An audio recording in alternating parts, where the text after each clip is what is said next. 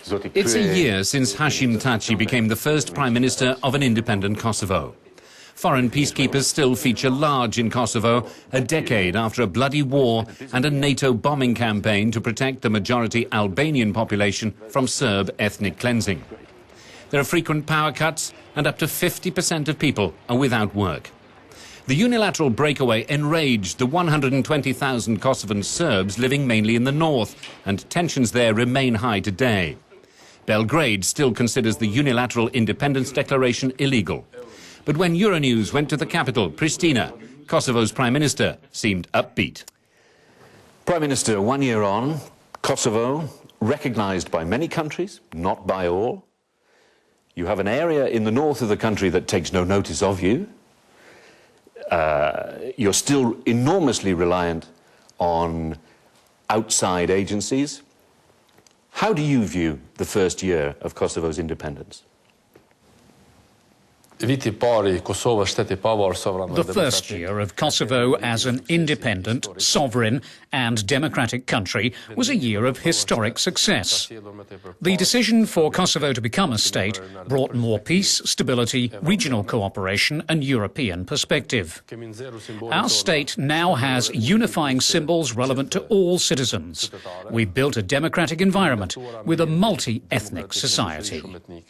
Prime Minister, what is going to happen with the northern part of Kosovo, which is basically an ethnic Serb area at the moment? They don't recognise your government. They seem to take no notice of you. How will the conflict there stop? The future of Mitrovica is the future of Kosovo. There are still some extremist voices there, but they do not represent the Serb population. Serbs are part of the institutions, but EULEX, the European Union rule of law mission in Kosovo, is deployed throughout the territory of Kosovo now. The institutions of Pristina are also starting to gradually deploy in the north, and there will be no room for parallel, illegitimate and extremist structures. There will only be lawfulness. In this context, I believe that in 2009 we will be recognised by new countries, even by our neighbour Serbia. Kosovo is ready to open an embassy in Belgrade in the same way that I would like to see Belgrade thinking of opening an embassy in Pristina, so that we finally close this chapter of conflict between Kosovo and Serbia and have peace prevailing in our region forever. I imagine the government in Belgrade has a different view to that at the moment. How realistic is it that there will be diplomatic ties between Kosovo and Serbia? Because Serbia doesn't even recognise Kosovo as a separate country. Mutual recognition between Kosovo and Serbia as two separate states is the most realistic way. The leadership in Belgrade thinks about recognising the independent Kosovo, but they're still held to ransom by anti-Albanian public opinion, an opinion that belongs to the mentality of the past. Belgrade knows, is aware and has accepted in its mind that Kosovo is an independent, sovereign and democratic country. It only needs the political decision for recognition. I can imagine that comparing the current administration to that of Slobodan Milosevic perhaps would not endear you to the authority there today. I'm not comparing the current authority in Belgrade with Slobodan Milosevic, but in relation to Kosovo, they have an aggressive attitude, an attitude of violating the sovereignty of my country, and Slobodan Milosevic was responsible for the same violations. Milosevic carried out genocide in Kosovo, but the current leadership in Belgrade shows its intentions every day to violate the sovereignty and territorial integrity of my country. Do you want to join the EU? By all means. The future of Kosovo is certainly European. Kosovo is implementing democratic criteria in politics, legislation and the economy.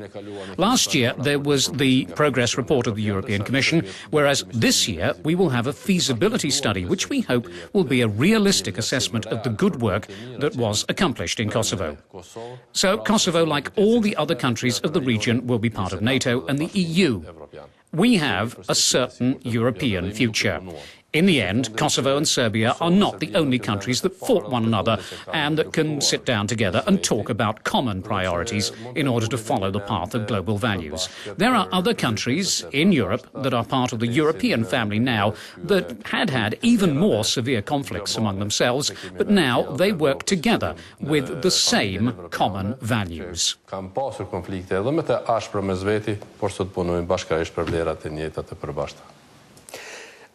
Moving on to the economic situation in the world, and I wonder how that's affecting Kosovo, because perhaps it's fair to say that Kosovo's economy was not the strongest in the world even before this economic downturn. How is it affecting the economy of Kosovo? Irrespective of the global crisis of last year, we have seen economic growth of 6%. We cannot claim that the global crisis will not have an impact in Kosovo, especially when it comes to our diaspora abroad who invest huge sums of their money in Kosovo. It may also have an impact on international investors, though the banking sector is quite stable. Finally, Prime Minister, 10 years ago you wore a uniform. Now you're in a suit, Prime Minister of your own new republic. What do you see 10 years from now? I was a Prime Minister during the NATO airstrikes when we won the war. I was and am a Prime Minister from the period when Kosovo was declared an independent, sovereign and democratic country. Tremendous changes took place.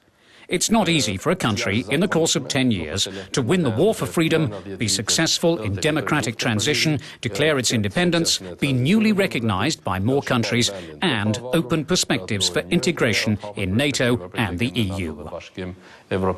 Prime Minister, thank you very much. Thank you very much.